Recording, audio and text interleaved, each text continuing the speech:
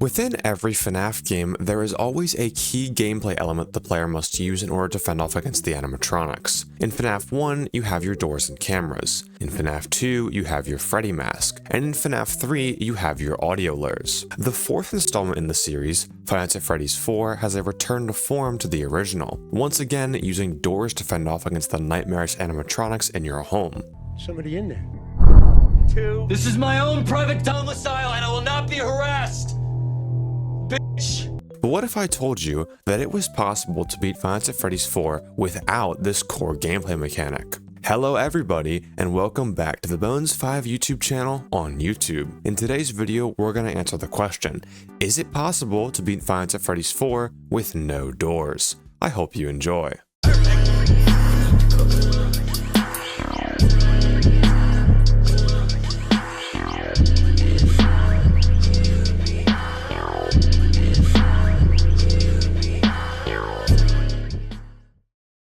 The rules for this challenge are pretty simple. I'll have to complete nights 1 through 5 of Five Nights at Freddy's 4 without ever closing the left or right doors. We are able to run up to the doors and use our flashlight, but we are not allowed to close them at any point during any of the nights. With the rules for this challenge out of the way, let's get into night 1.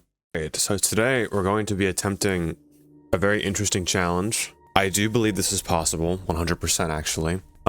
I'm sorry if my face cam is like fucking up this video. I have the blinding light of God behind me. We're back at the home setup. Yeah, the webcam doesn't really light it properly, but that's okay. We're gonna win.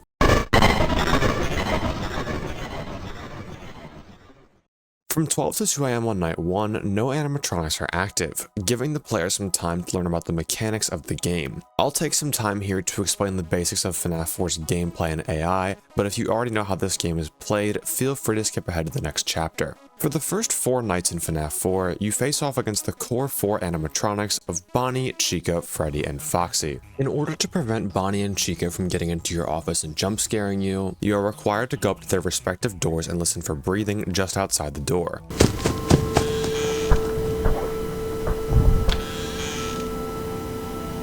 If you don't hear breathing, flash the hallway to prevent them from getting closer. If you do hear breathing, close the door until you hear their footsteps leaving the doors.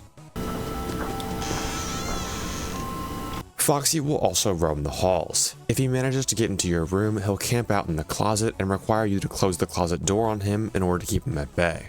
Freddy is always behind you on your bed at all times and will slowly materialize through the frettles.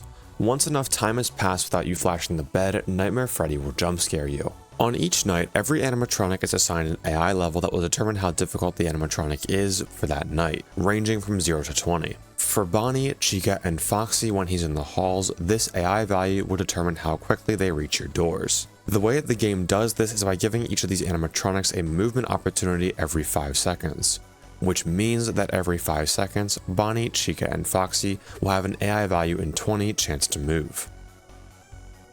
For the animatronics that don't move, those being Foxy when he's in the closet and Freddy, their AI value will instead scale how fast they progress towards jump scaring you. Now let's get back to the gameplay. On night 1, Foxy's AI remains at 0 throughout the entire night, so we don't have to worry about him at all yet, leaving Bonnie, Chica, and Freddy. My strategy for Bonnie and Chica going into this challenge was to go between the left and right doors as fast as possible and always have the flashlight on 5-second intervals. You see, when Bonnie and Chica try to move down the hallway when the flashlight is on, they will always fail their movement opportunities. To make this easier to visualize, take a look at this map I made of the FNAF 4 house.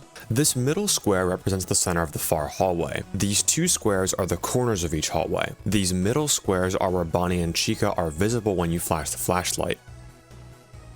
And these squares represent when Bonnie and Chica are right outside your doors.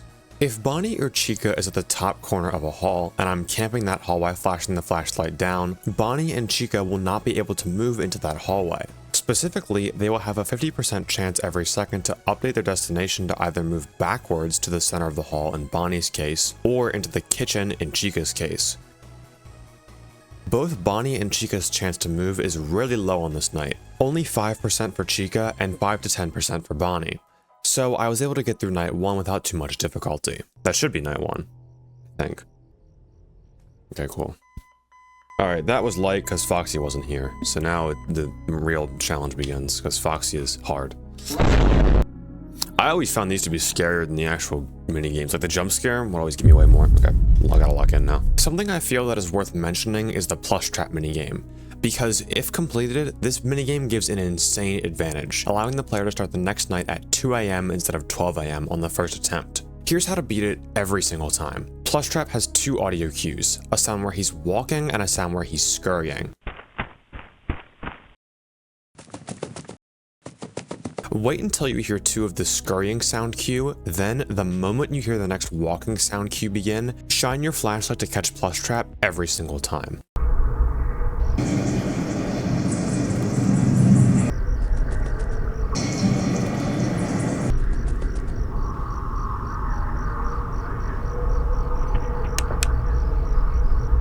Now, it's time to take on night 2. At this point, I figured that if I could just keep Bonnie and Chica from ever reaching the doors, this challenge would be totally free. So I went into night 2 with the same strategy in mind.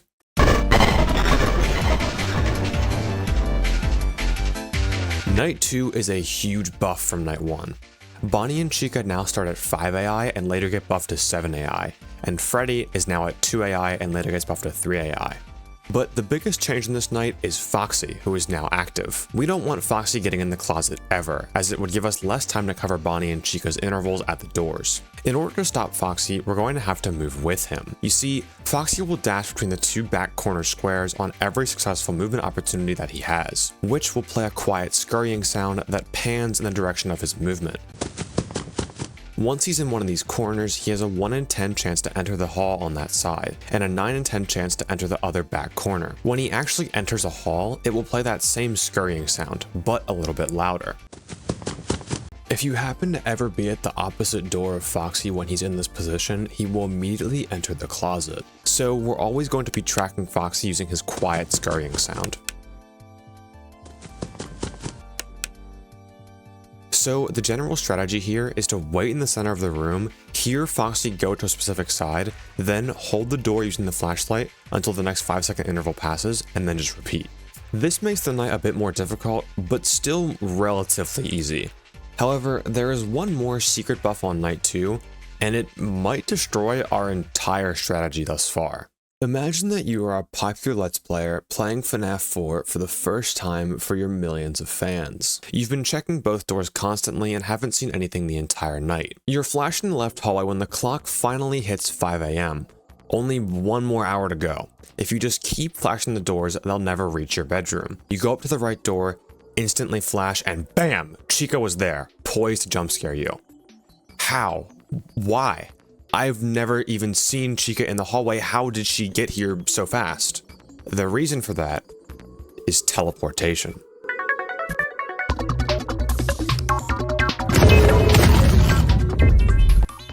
This is going to be the hardest mechanic to deal with in this challenge.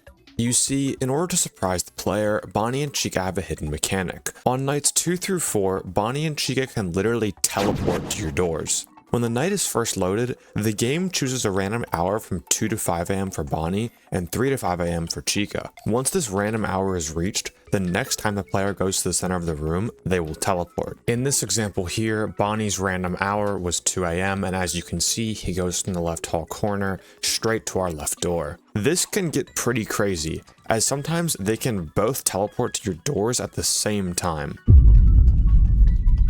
Originally, I thought that I could combat this by holding a door with the flashlight on every single hour interval. That way I could at least stop Bonnie or Chica from teleporting for the whole night. But they'll actually cue their teleport until you run back to the center of the room, meaning there's no way to stop it.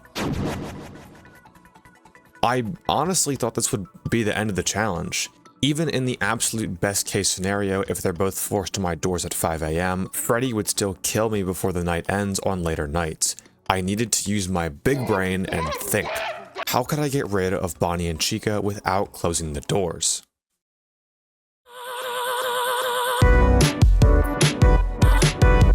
When I first saw this, I couldn't believe it. Unfortunately, my mic was muted, so you couldn't hear me screaming my head off, but I never even considered the fact that Bonnie and Chica can still have movement opportunities when they're at the doors.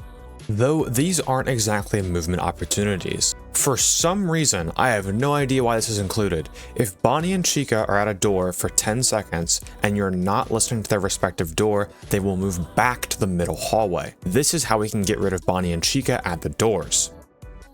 Once we hear one of them at the doors, run back to the center of the room. Wait for the next 10-second interval, then go back and flash their door to clear them from the middle hallway.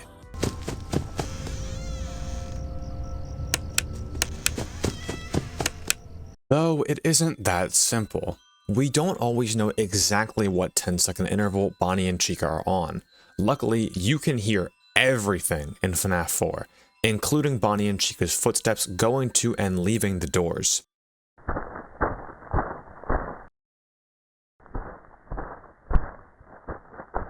So if we know for certain that Bonnie or Chica is at a door and we hear quiet footsteps from their side, we know that they've just had their 10-second interval and left the doors. No, I'm not. The only issue with this strategy is the wait time. Having to wait 10 seconds means that timer animatronics are going to become much more of a threat. This is why under no circumstances do we want Foxy to get into the closet. Having another timer animatronic to deal with in addition to Freddy would make this strat much harder. You see, Bonnie and Chica's attack timers are cumulative, meaning if Bonnie reaches a door, waits for 10 seconds, moves back to his hallway, then moves back to the door and waits another 10 seconds, his attack timer will be at 20 seconds, not 10 seconds. So we never want to give Bonnie and Chica the chance to move back to the doors. And if they do, we want to keep Freddy at as little progress as possible. For that reason, the moment I hear breathing at either of the doors, the first thing I would do is go back and flash Freddy on the bed. Bonnie and Chica's attack timer is calculated using this formula, meaning that on the first 4 nights, they would have to visit the door multiple times before entering the office. So we know for certain that when Bonnie and Chica are visiting the door for the first time, they will not be able to attack me when I'm turning around from the bed after dealing with Freddy. Once Freddy is dealt with, I wouldn't turn around to face the bed again until Bonnie or Chica had been cleared from the doors. Bonnie and Chica can only attack you specifically when turning around from the bed. So as long as Freddy can wait until I've dealt with Bonnie or Chica, this strategy should work. Now it was time to put my strategy into action. After smoking Plushtrap, I started night 2 at 2 AM. At 3:04, I had my first ever door attack in the run. Bonnie ended up failing 2 movement opportunities to move backwards, forcing me to wait until 3:30 to clear him from the doors. At 4:55, Chica managed to reach the door. On top of Chica's door pressure, Foxy moved into the right hall,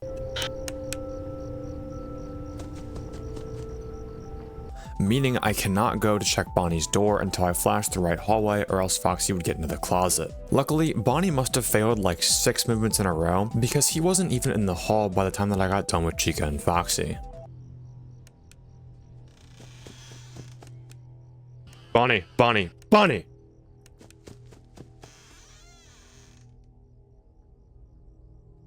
You wouldn't do shit, bitch. And with that, I completed nights 1 and 2 deathless. Yeah, oh my god. Oh, this challenge is light, dude. I'm goated. This is deathless so far. Yo, imagine we do 3 and 4 deathless. No way. No way. Something that isn't related to this challenge, but that I found a bit interesting, was that I ran into a soft lock after night 2.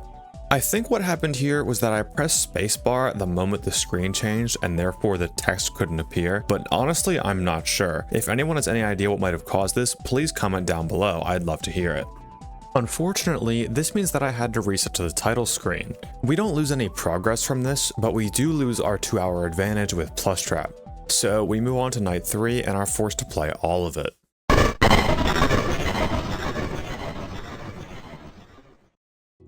Night 3 is a bit of a jump in difficulty from night 2, mostly because of Foxy. Foxy's AI is now at 10 for the entire night. Unlike everyone else who has an AI in 20 chance to move, Foxy has an AI in 10 chance to move, so now Foxy will move 100% of the time. This makes a huge difference. Literally, this was the first 10 seconds of gameplay for night 3. Okay, so I don't have Plushtrap, which is really unfortunate. I like having Plushtrap, but he's not here. Plushtrap decided to just leave on me. What a bitch.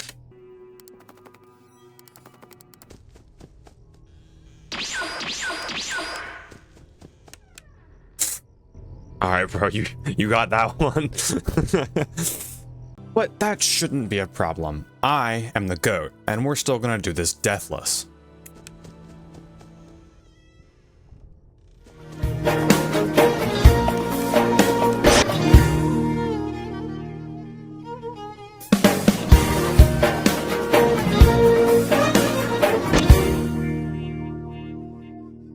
Yeah, I didn't last very long. See, in night 3, I had a total death count of 2 and a restart count of 4 because of Foxy.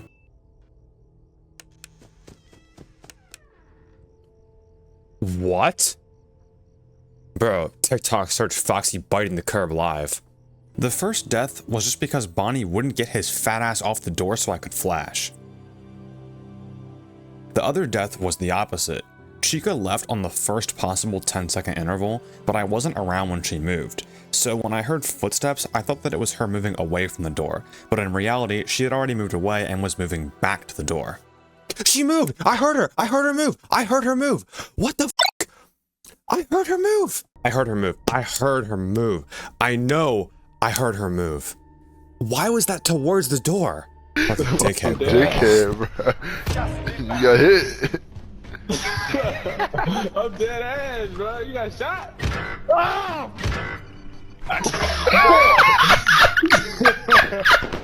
After that 5 AM Chica death, I was on another good run, but now it was time to truly test how much I knew about FNAF 4. It was time to face the triple threat.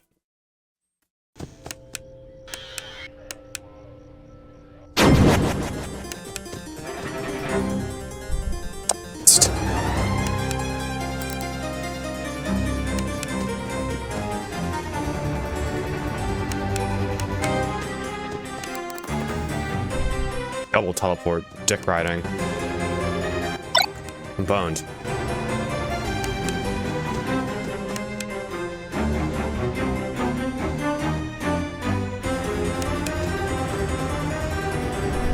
Dude, I'm dead. I'm fucked. No, I'm not. Freddy. Oh my god.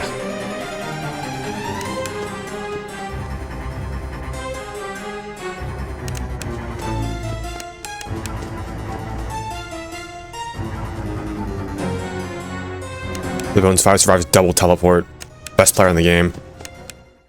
Surviving the triple threat really shows how important audio cues are in this night. Being able to tell exactly when Bonnie and Chica have moved away from the doors from anywhere in the room will give you the awareness required to survive this challenge. Once I had gotten done with the triple threat, I actually ended up getting Foxy in my closet. Normally this would be a reset, but because it was so late in the night, I was able to clutch it out. Oh, yes, okay. Come on. No. Is there an idle timer? 5, 6. Oh my god. Jesus Christ, night 3. Oh wow. The Bones 5 survives double teleport in FNAF 4. He must be the best player in the world. Jesus. This guy's the best player in the world. Best player in the world, dude.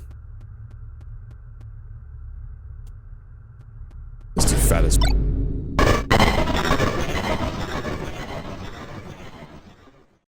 Despite night 4 being harder than night 3 on paper, I had a way easier time on night 4 than night 3.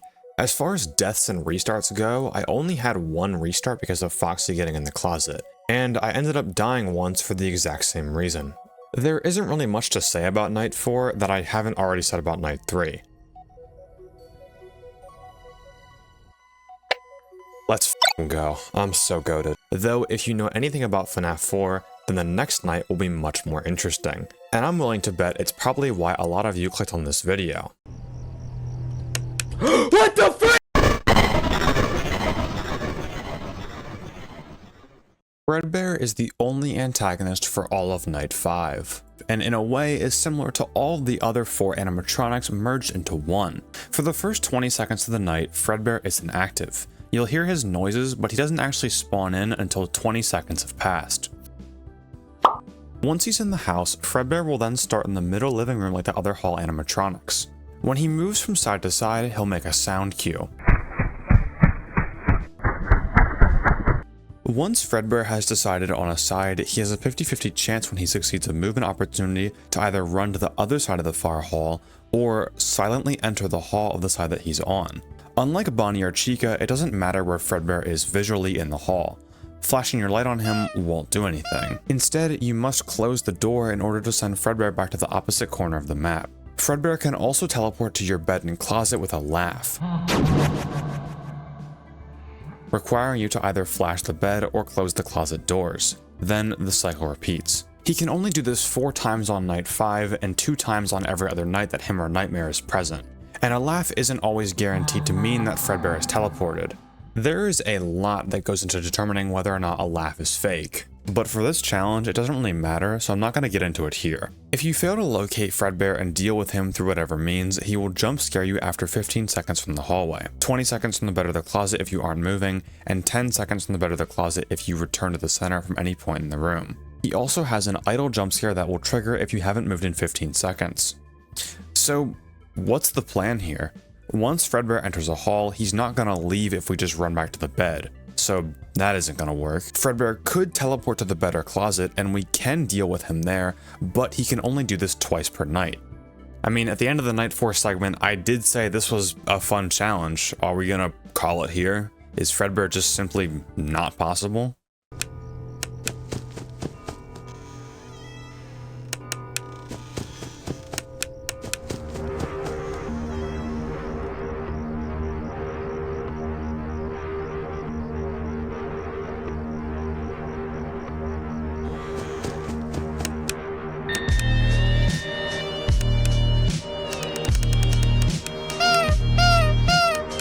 Now, I'm sure when I said that Fredbear was impossible, you just clicked to see there's more of the video left. Yeah, it's obviously possible. But you're probably wondering what just happened.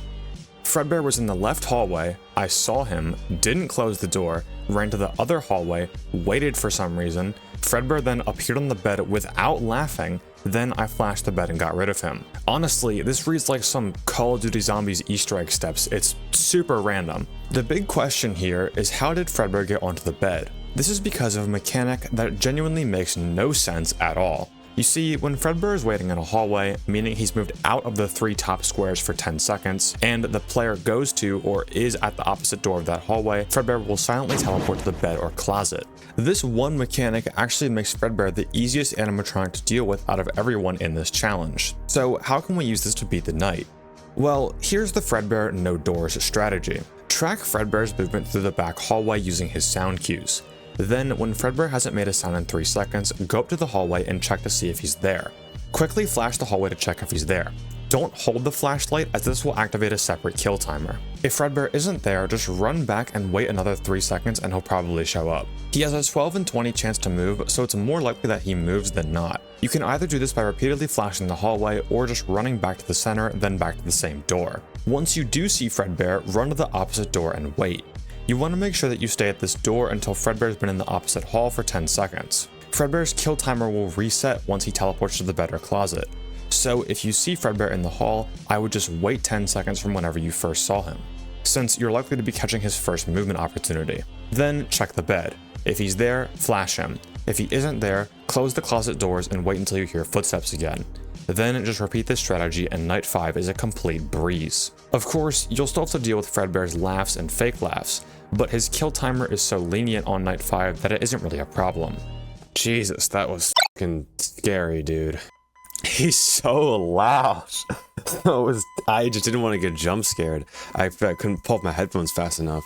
Yeah, that is FNAF 4 without using the doors. Single time. Let's watch our ending cutscene.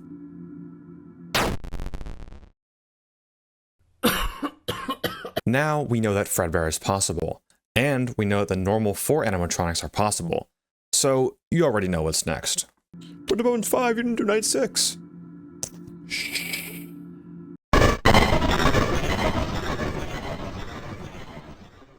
Overall, night 6 wasn't too bad. The original 4 animatronics aren't much harder than they were on night 4, and Fredbear is easy as usual. I did end up dying to Bonnie because he wouldn't leave the door again, and I had some crazy Foxy RNG.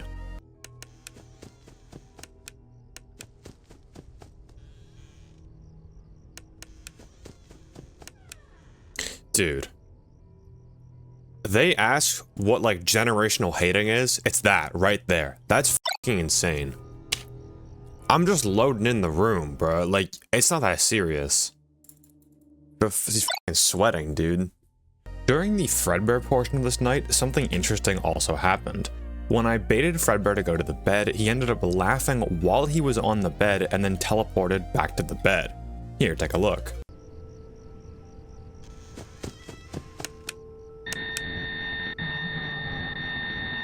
Well, that was weird. But 2 restarts later, I was able to beat Night 6 without much difficulty. Let's go, boys. Oof. Man, my webcam sucks. I'm so sorry. But yeah, that was Night 6. That was actually, he didn't do a single closet spawn. It's pretty rare. Now, you're probably wondering if I would attempt nights 7 and 8 for this challenge, but unfortunately, these nights are completely impossible. The first 4 hours of the night are 100% possible, but Nightmare's kill timer is too short to force him to the bed in the closet. On night 7, his kill timer is 10 seconds, and he'll always jump scare you before he does the silent teleport. On night 8, his kill timer is 8 seconds, which again, doesn't give him the chance to teleport. So, is it possible to beat FNAF 4 without the doors? Yes, and even night 6 as well, but is it possible to 100% FNAF 4 without the doors? Unfortunately not. Unless someone can find some game-breaking strats with Nightmare, this is the furthest this challenge can go. If you enjoyed this video and want to see more stuff like this, please subscribe. It helps me a ton, it's free, and you can always unsubscribe if you stop liking my content. Also, feel free to comment any other challenges you want to see down below. We've officially started work on the UCN project, so look forward to that in the future. With that said, thank you for watching. Peace.